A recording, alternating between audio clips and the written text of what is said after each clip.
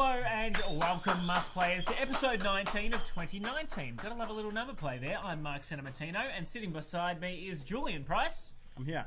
And beside him, back from his holiday and all the other adventures he's had, David Fishpeather. How are you, Dave? Hey guys, it's good to be back. Welcome back. This is the Must Play podcast. That was you! In an era where I forget to turn my laptop volume down, where we talk everything video game, film, tech, frankly, anything we want to talk about.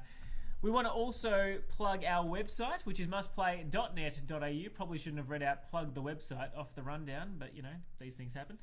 And we also want to say a big thank you to Richard, Devon, Matt and Amy, who were our competition winners over the past 2 weeks. Well done to you, and thank you to Disney for giving us those prize packs to give away for Dumbo as well as for the Lion King. And we have another competition coming up soon, Avengers related.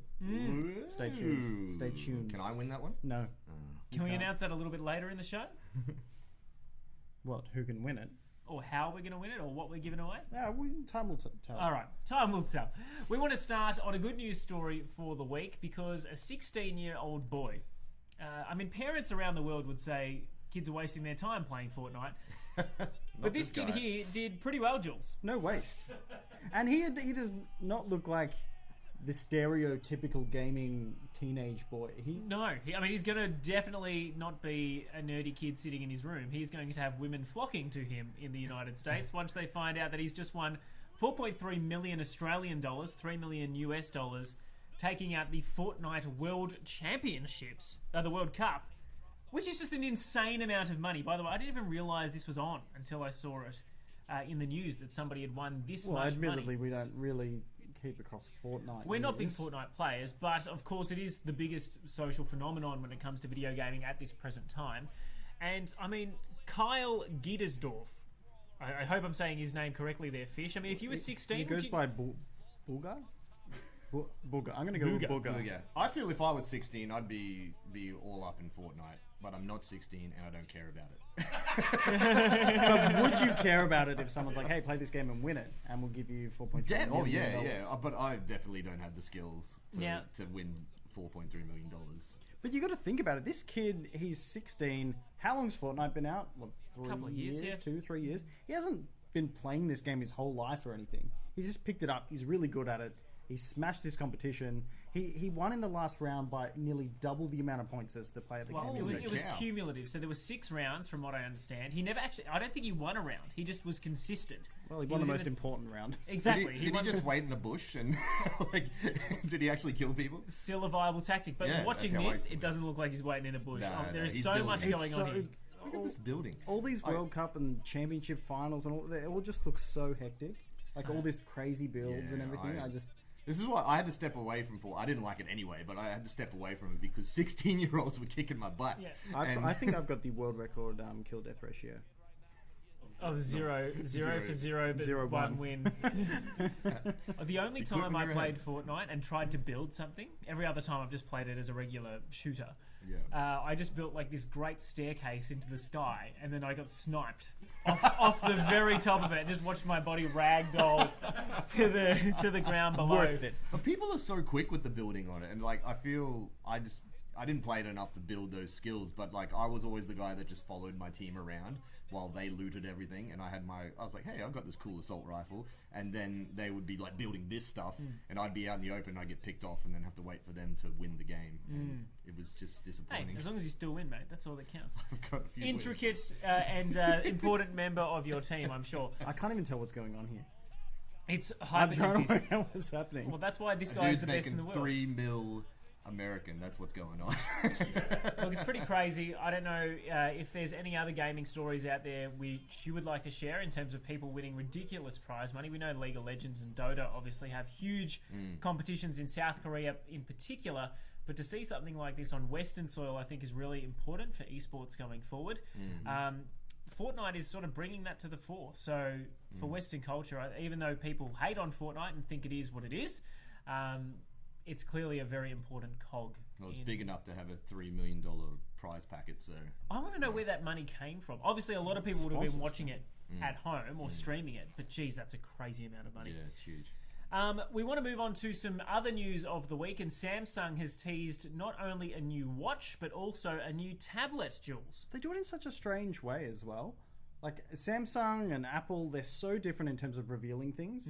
Samsung just put out this little teaser because they've got a big event coming up next week. So in this teaser, you see flashes of what looks like a new watch and a new tablet. We already know that they're going to bring out a new phone next week, the Note 10, I think it is.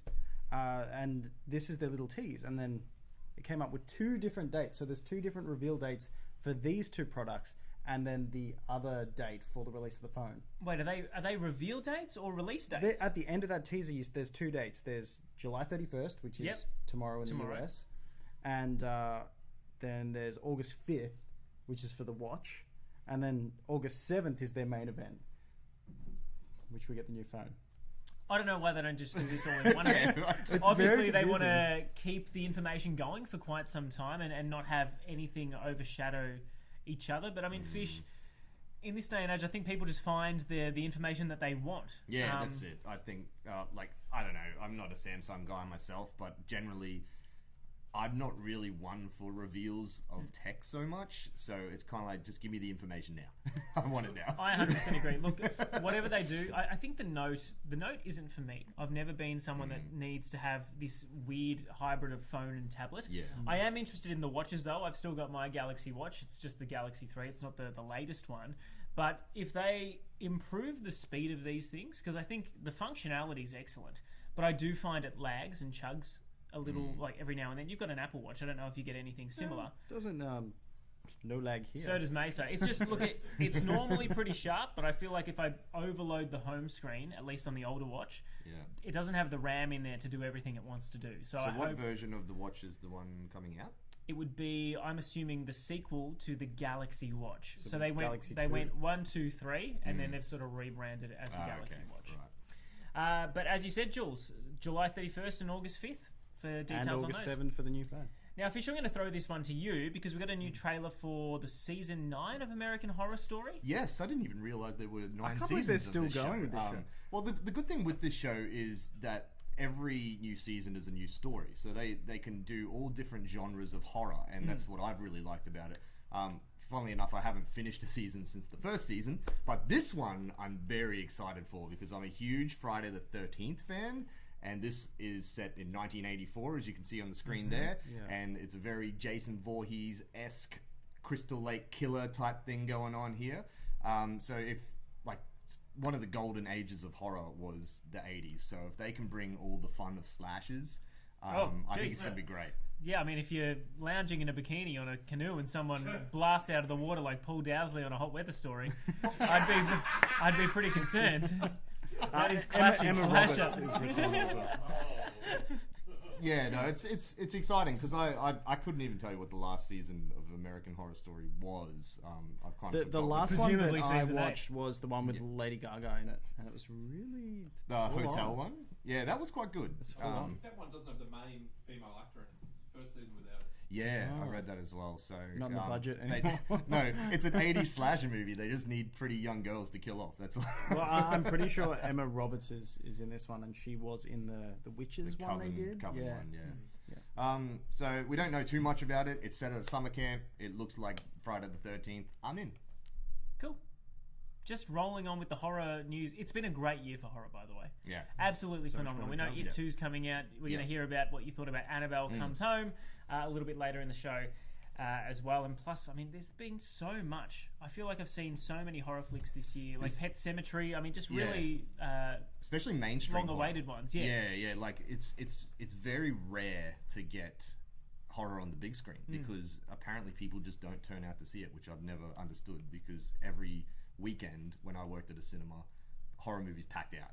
It's teenagers love it. It's I guess there's only like those couple of sessions that it would work for, but it's great to see money getting thrown at horror films these days. And going to see a horror is my favorite thing. Yeah. I always go with my fiance, her brother, and his girlfriend. Yeah. And Priscilla's brother is a stickler for getting really scared and screaming like, ah! and then laughing for the rest of the time. Yes. So he'll get terrified, and then as everyone else is still being scared, he's just laughing really loudly. The nervous aftermath of a good scare. Like that too. It's one of my favorite I do things. that. When I get a good scare, I laugh. It's and you need to go with people like that. That's the thing I like about horror, especially in the cinema, is it's an event. Like, I actually go out of my way to go and see a horror with a packed cinema. It's the one type of film that I like to see in an atmosphere. Like, unfortunately, I saw Annabelle on like a Monday at like 10 o'clock in the morning, so there was like 2 other people in there. It wasn't really happening, so that might have had you and a couple effects. of seniors and one person. There was on one New senior Star. smacking his lips behind me. It was really weird. He was doing that. Alone? I think he was eating Maltesers. I don't know. Should I just quickly talk about Annabelle now? Look, what while we're here, on it? we're talking about horror. Oh my god, what a face! I know that it's Jeez. I know that it's been out for a month, but I just haven't had time to get I feel around like we to haven't it. seen you in a month. Yeah, exactly. So finally, I'm back on track. I'm watching horror movies. I'm here talking about them. I didn't really like this. I thought it was pretty average, which I found most of the Conjuring spin-offs to be. I loved Conjuring. I love Conjuring 2. Conjuring 2 was horrifying. It's the last movie. It is incredible. Last movie that actually gave me the chills in the cinema. I saw it at Pax Cinema at Jam Factory. It was fantastic. But James Wan, director of Aquaman and Saw, 2 very different types of things, he's a horror maestro. So he was behind the Conjuring movies. He's got his fingers over these spin-offs. Like, there's 3 Annabelle movies. There was a Nun spin-off that was trash. They're all just like, nah. I agree, and I've seen The Nun. I'm not going to go watch this movie. I saw the previous Annabelle spin-off movie. Scary at parts, but they were shock scares. They weren't. Yeah, they're always shock scares. They weren't It's great cheap at stuff. building the atmosphere, which you say is so vital to actually enjoying a horror film, where you feel like the entire cinema is just on the edge of its seat. That's right, and like a good. I'm not against a good jump scare, but you got to earn your jump scares, and they are very cheap. And look, this is made for tweens. This is made for those teenagers that will be going out on a Friday night at Jam Factory to go see it, and they will be pooing their pants. but like this is kind of what mainstream horror is now, and that does disappoint me to a certain extent, because this is the stuff that money's getting thrown at, and the fact that a Hollywood studio is taking it on a lot of the time means they're not going to take too many risks, because they need to appease everyone, where horror is supposed to be offensive to a certain extent. So that's why low budget horror is great, and all those 80s slasher movies that I was talking about before worked so well, because it was just people with a vision and they wanted to shock you. And you get a little bit of this here and there, but these are more suspense movies, I would say, and like you said, when you're doing cheap jump scares, it doesn't quite get it there. Only James Wan can do the suspense as well as I think the mainstream horror can do. So look, I gave it a 2.5 out of 5. Like, it's the most average of average. Not the worst review though. Look, it wasn't. Look, I did say I didn't like it. The characters were great. There was something, but it just feels cheap. Is it better than The Nun? Yes. Okay, that's all I need to know. Easy. That's not a high bar, though. No, it was a bad film. If you want to see Fish's full review, of course you can at mustplay.net.au. We got a couple more things to chat about by way of not Just necessarily reviews. Yeah, go on, Tim Jules. Finesse has just jumped in the chat and he says, "Fish is a mark." I don't understand. Neither do I. It's a wrestling. Is this the thing? You're All a right, mark. there's some- You're a mark, Tim. No, neither of you are. Does anyone want to explain what wrestling is? All right. And fighting. Tegan says she's keen for The Conjuring 3. Yes. Is James Wan back for that? I don't know. Yeah, I know it is the next movie. I haven't checked that, but I hope he is. I want him to stop dicking around undersea with Aquaman and come and make more horror movies. Oh, look, I hope he comes back as well, because Aquaman. I don't think Aquaman was it was okay as well. It But didn't deserve that $1 billion. No, absolutely not. It was. I Again, was talking to Tim the other average, day average. about Aquaman and how I can't take it seriously because of the Entourage series. Yeah. Have you seen Entourage? Yeah. Yeah, James Cameron's Aquaman. I just can't take the fact that they actually made an Aquaman movie seriously. Great. Probably none I'd of go us- watch the Entourage series before I watch Aquaman again. So. While we're talking about superhero movies cracking $1 billion, we did have Spider-Man in for a bit of a discussion this week, just because that film has cracked $1 billion. Not only a huge milestone, because it's the first Spider-Man movie ever to do so. That includes all the Tobey Maguire ones, as well as the Andrew Garfield ones. But I believe that there was some sort of stipulation, or at least there was rumoured to be a stipulation in the contract between Disney and Fox, that they would only get to make a third solo Spider-Man film with Tom Holland in the MCU if it cracked $1 billion. Oh my god, and they have to, don't they? Well, was it Fox? Because it's Sony. Oh, sorry, with Sony. Apologies. Yeah, Sony. Okay, that's They're all the same they did thing it these days, don't But I feel like it's like, okay, cracking that $1 billion mark now seems to not be such a big deal. Like, the money that's getting thrown at the box office is great. Like, I'm glad that movies are cracking that mark. But I actually wasn't that impressed because like Aquaman did it, didn't Wonder Woman do it? I think Captain Marvel did it. Captain Marvel. So if Captain Marvel's doing it, which was like a pretty good movie, but not so much, like Spider-Man should do it. That had a bit more of a social appeal as well. Oh, though, totally. Captain Marvel. Look, to be honest, it's a great film. We actually haven't spoken about it yet. You are not going to watch it, are you, Meso? No. Jeff, are you going to? You don't care. Look, Do you know what Spider-Man is? it's not on iTunes yet. It's pre-order. Quick spoiler warning, because we just want to discuss the mid-credit scene really quick, if that's okay, because it's been out for a couple of weeks. If you haven't seen Spider-Man yet, just turn the volume down for the next minute or so. But that's got to be the best mid-credit scene, or even post-credit scene that we've ever had in the MCU. Not only because it was interesting, it was funny, but it sets up the next film in an amazing way. So good. And the best part is that J. Jonah Jameson is back. Oh, that was just I lost it. With the original actor from the Tobey Maguire ones. He's the only one who can play it. I know. I thought it was exquisite. I mean, he's bald now, which is the thing, but who cares? That's fine. He's J. It was 20 years ago. Yeah. And then he reveals that Tom Holland, or Peter Parker, is in fact Spider-Man, which is going to have huge repercussions for whatever happens in Spider-Man 3 or beyond. And I just wanted to quickly ask him, Spider-Man has always been a character struggling to make ends meet in his personal life while also being this amazing superhero. So I was just going to say, does this hurt his character? Like, are we expecting Spider-Man's story to end after 3? Well, I guess this kind of pushes Peter Parker into the Tony Stark category. Yeah. Well, in the Civil War comic story, Spider-Man reveals that he's Peter Parker, and he's obviously on side with Tony Stark. So there's a whole thing there, and I think they're going to bring a lot of that into play. There was a lot of dynamics that came in that were really fun and interesting in that comic story. So I definitely don't think it's the end. Like, they need Spider-Man. Like, Spider-Man's like the only big name left other than Thor and like Doctor Strange, I guess. And obviously we're getting this new phase, so there's going to be a lot of big newcomers, but Spider-Man is the $1 billion man now, so you need to keep going. And it's going to be huge. Like, I can't wait. There's even rumblings of Spider-Verse business coming into it. Like, because what's his name? Jameson, the actor, the guy that plays him. Yeah. Give me a second. Oh my God, what's his name? That guy, the Something guy from Fox? the original one. Old mate. You got it. Oh man, I'm having a blank. He's such a good actor. But because he's come into it, there's talk that, is the Tobey Maguire... J.K. Simmons, there you go. The Tobey Maguire universe could come into it. And we could see... about that in a while, and they were going to do it with that film. Yeah. But, I'd be interested. Man, imagine seeing Tobey Maguire and Andrew Garfield come back. I'd love to see that. What does Tobey Maguire look like now? Probably not good. He didn't look good when he was young. Hey, leave Tobey Maguire alone. The man's had a rough run, right? No one likes him. We've got a whole heap of video games to chat about now to round out our show. I'm going to be doing a bit of a chat about Fire Emblem 3 Houses. Fish and Jules have been playing a lot of Marvel Ultimate Alliance 3, but before we get there, I've got my Switch turned on. This is Super Smash Brothers, as you might not be able to see. But the hero, the main protagonist from the Dragon Quest series, has come out today as DLC for anyone who cares about that game, like I desperately do.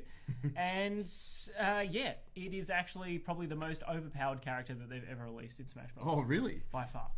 By far. Not only does he have a sword, he's unbelievably strong. He randomly gets critical hits, so his moves do like double the damage that they should. And what does it look like? Oh, that's just one of the skins. He's got 4 different representations from 4 different games, and then 4 different Does he change colours. genders too? No, he's always been a male. He's got not only his 3 main special moves, which have each got 3 stages to them based on how much you charge them. His down B brings up a random selection of 4 other special moves, which can put your opponents to sleep, instantly kill them. Like cow. you can Well, triple and your that's speed random. and your jump. It's random, but you got to. I suppose the payoff is you got to spend time reading to work out what move you want to use, nobody so wants your to read. character's not You'll be fine. moving. And anyway, that is the hero. I'd love to show you a bit of his gameplay, but he literally came out just a couple of hours ago, so I haven't had a chance to play him all that much. But Is more Smash the DLC. critical hit? Can other characters do critical hits, or is it No. just this?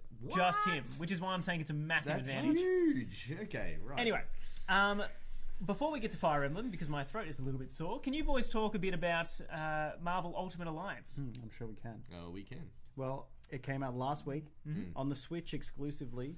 And this is a very story-driven Marvel Ultimate Alliance game. That's what I've picked up as of it. I haven't played the other two, so how does it compare in that regard? Well, the other two were pretty story-driven. That's what I kind of liked about it. They were basically like had RPG elements to the top-down Diablo sort of beat 'em up sort of thing. And as from what I remember, it feels like just an update of those. And we've got new characters. Like basically, It looks good too. Yeah, I think it's a very very pretty game. But basically, the story is about the Infinity Stones again, Yeah. and how Thanos wants to get them, and they are scattered across Earth, and now you got to go find them again. Yeah. Can I just That's ask, what you the bad both said it looks good. I reckon this looks like a pretty ordinary game. Graphically, I got to say, I know it's The on the Switch, I know there's story-driven its content limitations. looks good. Yeah. The cutscenes are fun.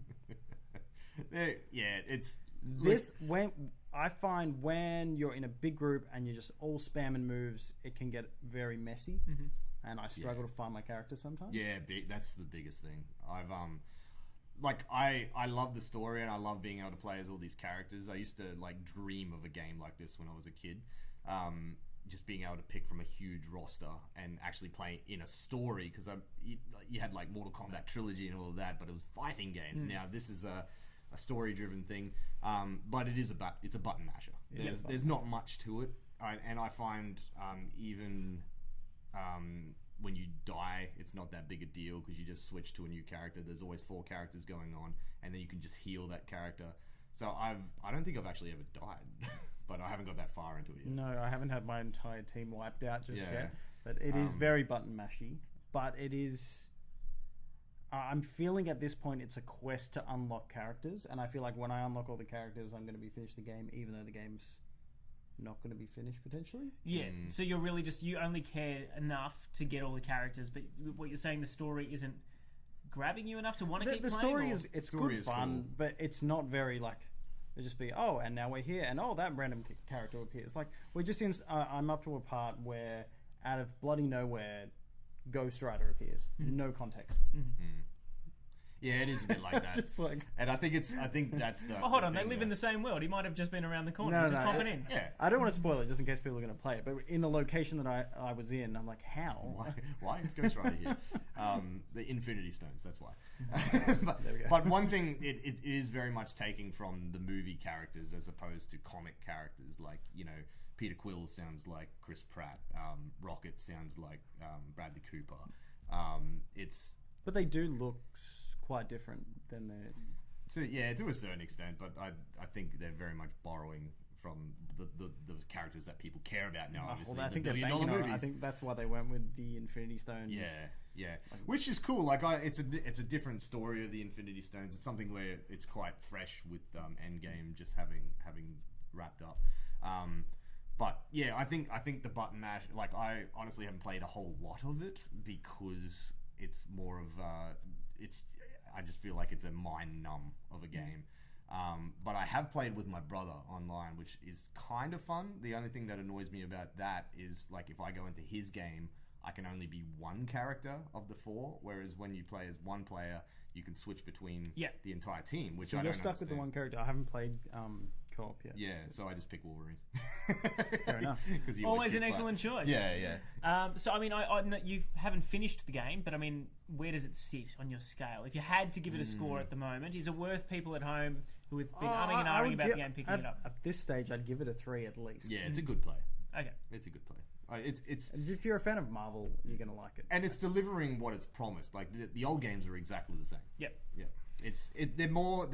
they're really. I think they would be better if like we were all to play it now together with our switches here. I'm assuming you'd be able to be a character each. So it's funner with people, and that was always the draw of the original ones. I used to, I went out and bought 4 PlayStation controllers, so I just have friends around to play that game. It's an expensive game. It was, but it was worth it. Well, look, that is out now. As we said, you can check back to mustplay.net.au for the full review from these gents a little bit later.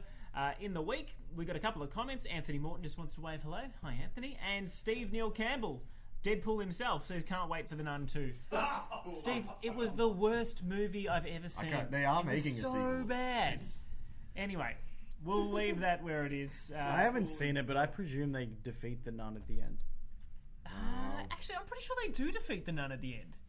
Yeah, How will they make it a sequel? Well, it was set before The Conjuring 2, which the nun was in, so obviously she can come back somehow. Fair enough. Well, look, Steve, if you want to cosplay as the nun, I Oh, think that'll please. really spice some things up. Please do that. Panther, I'm begging you. That would be terrifying. I'm going to look up a nun costume and link it to it. I'm sure you can find one. He'll do it There'll too. be plenty. There's some great prank videos with the nun online, by the way. Yeah. And I suppose what I've been playing for the week has been Fire Emblem 3 Houses. This is a game which I must say I had very little excitement for. I feel like we've known about it for a long time. It was announced years ago. We never really got a good idea as to what the game would be. Every time they showed it to us, it didn't look like it was really all that done or fleshed out. And Well, I remember when we spoke about this, you were really hesitant to get into it because you had to spend a long time in the... Well, it's a 70-hour game, and that's just by playing through one house. So it starts with that epic cutscene you've just seen. These are the 3 houses. So you've got the yellow house, the blue house, and the red house. I chose Edelgard's house. She's on screen right now with the black eagles. Yeah, you did. Of course I did. Yeah, you did. Mate. Anyway, it's because she had a powerful backstory, okay?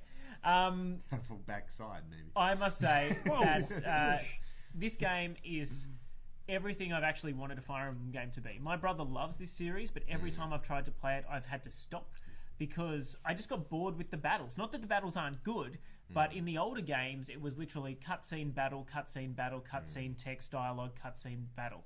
That was it. It's a strategy type game? Am Yeah. I just picking that up? I've So- never played any of it. Basically, you're on a grid, almost like Advanced Wars. Gone is the weapon triangle. Like it used to be, I think it was swords were better than axes. Swords were better than spears. Spears were better than axes. Axes were better than swords. Something like that. That is now gone, so it's evened out a little bit in that regard, although arrows are still good against Pegasus using enemies.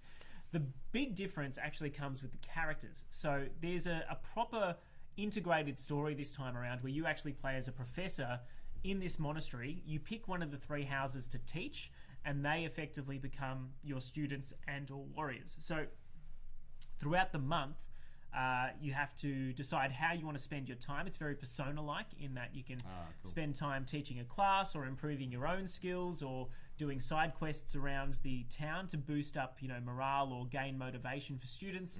And then at the end of the month, you have a big challenge. So the thing that's really drawn me in is actually how great the support characters are. You actually care about them. I don't care about them as a teacher, but their personalities are interesting enough. And every single conversation that you have to choose a dialogue answer that you think is going to make them happy. Okay. To improve their motivation, which then allows you to teach them more and improve their rank faster. It's a really satisfying loop. I know it sounds really convoluted, and after you do a full school year, so 12 months, there's apparently like a 5-year time jump, very similar to Avengers Endgame, and I have no idea what happens after that. I'm about a dozen hours in now, which is a fair bit of time in a week. I haven't played a game that much in quite some time, but I'm thoroughly enjoying this. I've got to say, it's great. There are some technical hiccups, particularly while you're running around the monastery, like you can see just here, where you'll notice a few things out of place, or there'll be a bit of slowdown or a bit of stutter, or you'll see NPCs popping in randomly.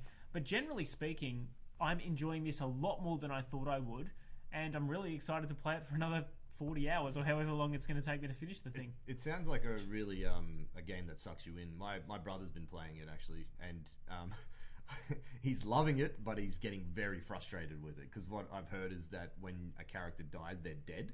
Yeah. Yeah, so he's lost like three see, characters already. That's classic Fire Emblem, and they do alleviate that a little bit in this with a rewind feature. So your character is sort of possessed. In fact, you're about to see it in all of. I think we just saw it there, where she's got a spirit attached to her, this sort of ghost that she visualizes, and she hears her voice in her head, and that presence actually has the ability to turn back time a little bit, like has just happened right there.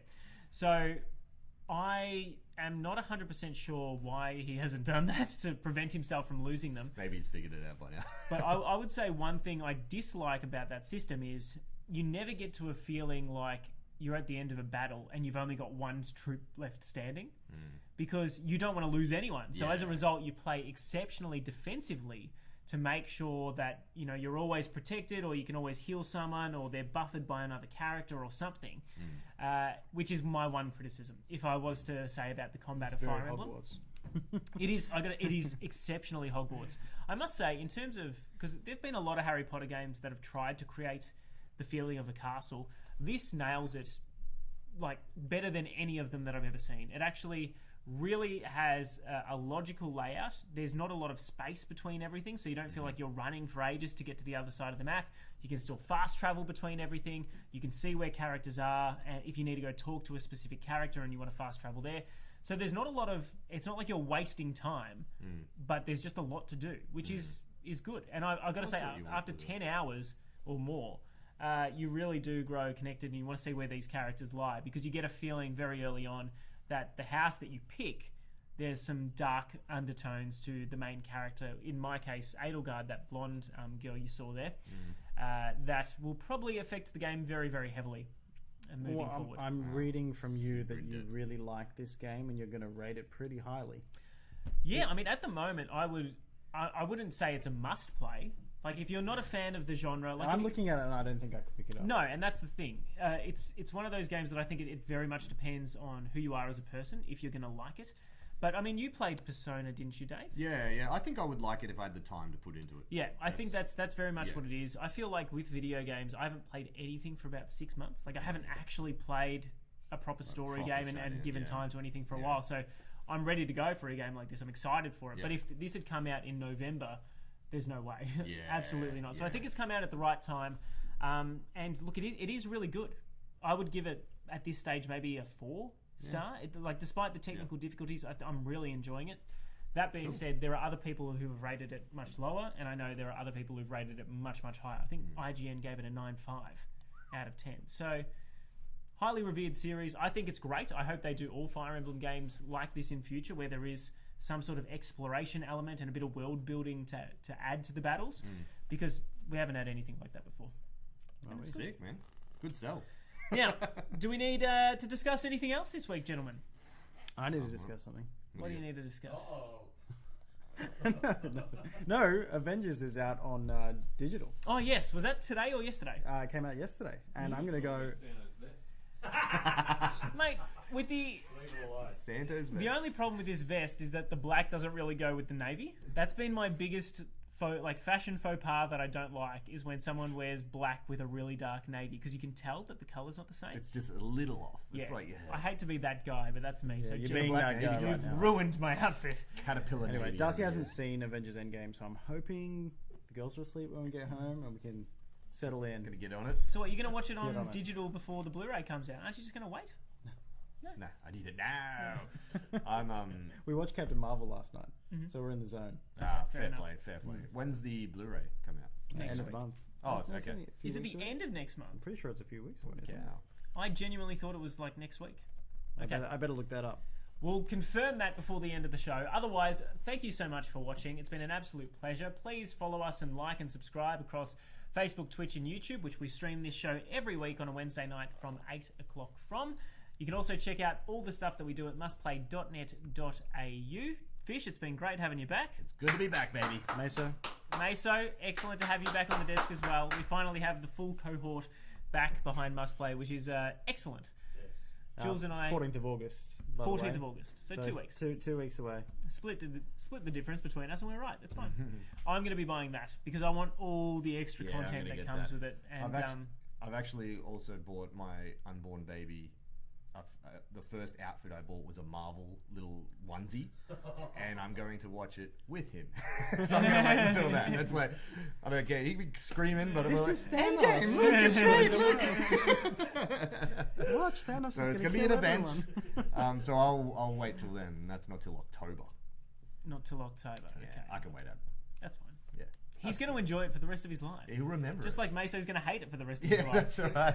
There are two very polarizing opinions on that film. But look, either way, we've really enjoyed our time with you on the show this week. A little bit more condensed than what it has been in the past, where we've had really big deep dives into Marvel's news last week and all the rest.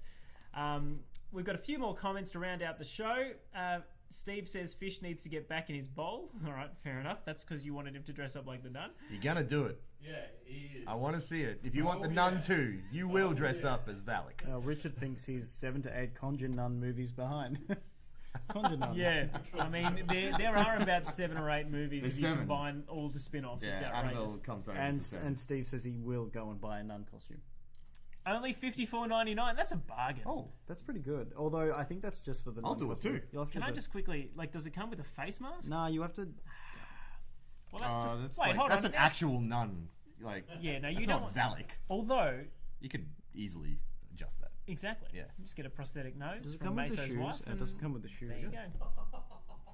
Not because Meso's wife has a prosthetic nose, but because she's a prosthetic artist. She makes Oh prosthetic my noses. God. Just get it off Meso's wife. That wasn't Far a out, slag. Santo. Let's just end the show on a high, shall we? Oh, I'm sorry, Lizzie. Oh my God. Can somebody else wrap up the show? I feel like that I've lost. I've Thank lost you all for watching privileges. Must Play. Follow us on the socials, whatever. See you, bye.